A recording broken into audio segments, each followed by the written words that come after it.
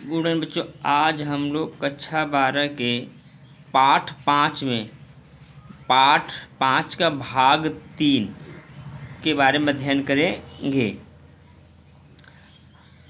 पशुचारण हेडिंग है। आदि मानव ने जैसे ही अनुभव किया कि शिकार करके पशुओं का विनाश हो रहा है। आदि मानव जो पूरा पाषाण काल के मानव थे, जब वो पशुओं का शिकार किया करते तो उन्होंने अनुभव किया कि पशुओं का विनाश हो रहा है, क्योंकि उस समय उनका भोजन ही कच्चे मांस, कंदमूल, फल फूल था, क्योंकि उसमें वे लोग खेती करना नहीं जानते थे। उसने पशुओं को अपना मित्र बनाकर उन्हें पालना प्रारंभ किया। आदि मानव ने उस समय पशुओं को अपना मित्र बनाकर उन्हें पालना प्रारंभ किया। अब पशु भोजन, वस्त्र, यातायात, औजार और शरण देने में सक्षम थे।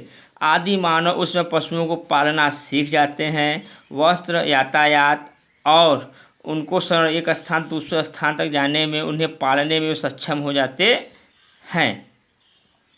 धीरे धीरे पशुपालन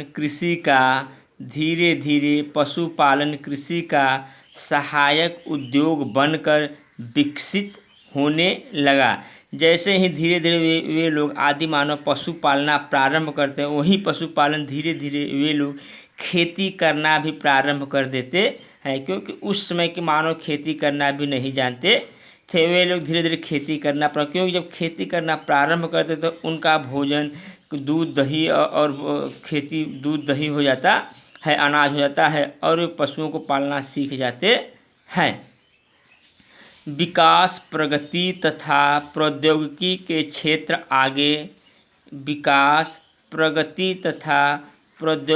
के क्षेत्र आगे बढ़ने पर निर्वाहमूलक पशुपालन व्यावसायिक धंधा बन गया। विकास के प्रगति पर जब ये लोग विकास को प्रारंभ किया, विकास को चलने लगे, उद्योग के क्षेत्र में आगे बढ़ने लगे, तो उन्होंने निर्वाहमूलक पशुपालन व्यवसाय, उनका क्या जो पशुपालन था व्यवसाय, उनका धंधा बन गया। इससे वे लोग अपना रोजी रोटी कमाने लगे, ये धंधा बन गया। पशुपालन व्यवसाय के धीरे धीरे निम्न रूप विकसित होते गए। पशुपालन व्यवसाय के ज्यों क्रम बढ़ता गया, पशुपालन व्यवसाय के विकास भी होते गए। उसमें पहला हेडिंग है चलवासी पशुचारण। चलवासी पशुचारण, जिसे चलवासी पशुचारण लोगों के जीवन निर्वाह का प्राचीन काल से ही एक महत्वपूर्ण व्यवसाय रहा है। चलवासी जो एक स्थान दूसरे स्थान जाते पशु लेकर, उनके जीवन यापन के निर्वाह का यह प्राचीन काल से ही एक महत्वपूर्ण व्यवसाय रहा है। चलवासी पशुचारण से आशय उस व्यवस्था से लगाया जाता है। चलवासी पशुचारण से आशय उस व्यवस्था से लगाया जाता है जिसमें पशुपालक अपने पशुओं के साथ चारागाह तथा जल की खोज में एक स्थान से दूसरे स्थान पर घूमते रहते हैं। देखिए, ऐसे जो होते हैं चलवासी पशुपालक जो होते हैं, जो मालिक होते हैं, जिनका पशु होते हैं, वे पशुओं को चराने के लिए, जल खोजने के लिए और चारागाह को खोजने के लिए वे एक स्थान से दूसरे स्थान तक घूमते रहते हैं। ये चरवाहे घुमंतू चरवाहे कहलाते हैं। ऐसे चरवाहों को हम लोग घुमंतू चरवाहे कहते हैं, जो एक स्थान से दूसरे स्थान तक घूमते रहते हैं। घुमंतू चरवाहों के निश्चित चारागाह क्षेत्र होते थे। जो घुमंतू चरवाहे होते थे उनका एक निश्चित चारागाह क्षेत्र भी होता था, वहाँ उनको लेकर पशुओं को जाना है। विभिन्न पर्यावरण में अलग अलग पशु पाले जाते थे। देखिए विभिन्न पर जहाँ का जैसा वातावरण होता था वहाँ उस प्रकार के पशु पाले जाते हैं। अफ्रीका के पशुपालन गाय बैल पालते हैं। अफ्रीका के लोग जो होते हैं वहाँ के पशुपालन में गाय बैल पालते हैं, जबकि सहारा और एशिया के मरुस्थल में भेड़ बकरी ऊँट आदि पशु पाले जाते हैं। जबकि एशिया और सहारा के मरुस्थल में, जो एशिया मरुस्थल और सहारा मरुस्थल है वहाँ पे भेड़ बकरी ऊँट आदि पशुओं पाले जाते हैं।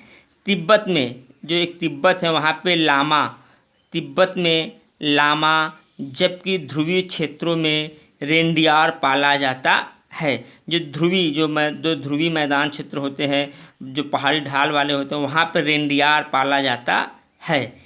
ये पशु इनकी संपत्ति और अर्थव्यवस्था की रीढ़ होते हैं। देखिए जो इन पशुओं को पालते इन्हीं पशुओं को बेच कर अपना इनकम का स्रोत करते हैं। यही पशु इनकी अर्थव्यवस्था की रीढ़ भी होते हैं।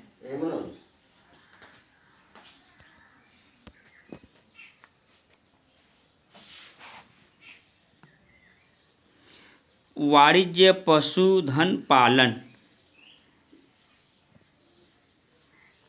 जिन क्षेत्रों में पशुपालन के लिए उत्तम भौगोलिक सुविधाएं पाई जाती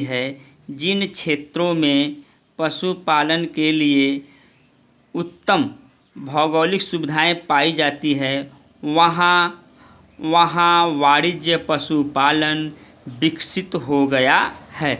देखिए जो क्षेत्र जैसा क्षेत्र हो वहाँ का वातावरण जैसा हो, भौगोलिक वातावरण जहाँ अच्छा हो वहाँ पे विकसित हो जाती जहाँ सुविधाएं पाई जाती हैं वहाँ वाणिज्य पशुपालन विकसित हो गया है। वाणिज्य पशुपालन की स्थापना में निम्न कारक सहायक होते हैं। वाणिज्य पशुपालन की स्थापना में निम्न कारक सहायक होते हैं। जिसे पहला है विस्तृत चारागाह तथा घास बाहुल क्षेत्रों की उपलब्धता।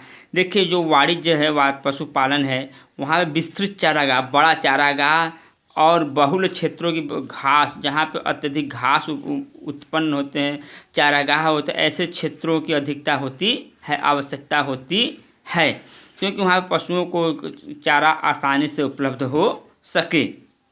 अगला पॉइंट है पर्याप्त पूंजी तथा उन्नत तकनीक। देखिए ऐसे व्यवस्था करने के लिए पर्याप्त पूंजी की आवश्यकता होती है और उन्नत तकनीक, जो विभिन्न प्रकार के तकनीक होते हैं पशुओं को पालने के लिए विभिन्न प्रकार के, उनकी भी उपयोग होना चाहिए, उनकी भी वहाँ पर अधिकता होनी चाहिए, इसलिए वहाँ पर इस प्रकार के पशुपालन किया जा सकता है। अगला है समशीतोष्ण जलवायु तथा उत्तम नस्ल के पशु। देखो समशीतोष्ण जलवायु, जहाँ पर जलवायु एक समान हो और उत्तम नस्ल के पशु, वहाँ पर अच्छे नस्ल के पशु पाए जाते हैं, वहाँ पे इस प्रकार के पशुपालन विकसित होते हैं। अगला है पशुओं पर आधारित दुग्ध मांस चमड़ा उद्योग का विकास।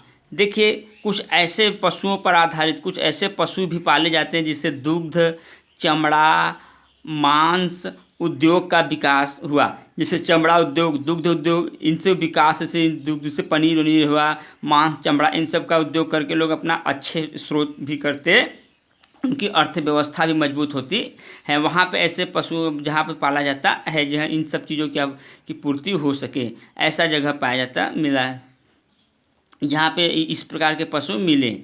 अगला हेडिंग है पशुओं के प्रजनन, रोग, नस्ल सुधार आदि की उन्नत व्यवस्था होना। देखिए जो पशु होते हैं उनके प्रजनन रोग नस्ल, उनके मतलब जो पशुओं को रोग होता है उसके नस्ल में जो उनके बच्चे उन नस्ल में सुधार आदि की उन्नत, इन सब चीज़ों की वहाँ पर उन्नत व्यवस्था होनी चाहिए, तब इन सब जगहों पे वाणिज्य पशुपालन में सुविधाएं होगी, वाणिज्य पशुपालन करने वहाँ पे सुविधाएं होगी, इन सब चीज़ का व्यवस्था होना चाहिए वहाँ पे।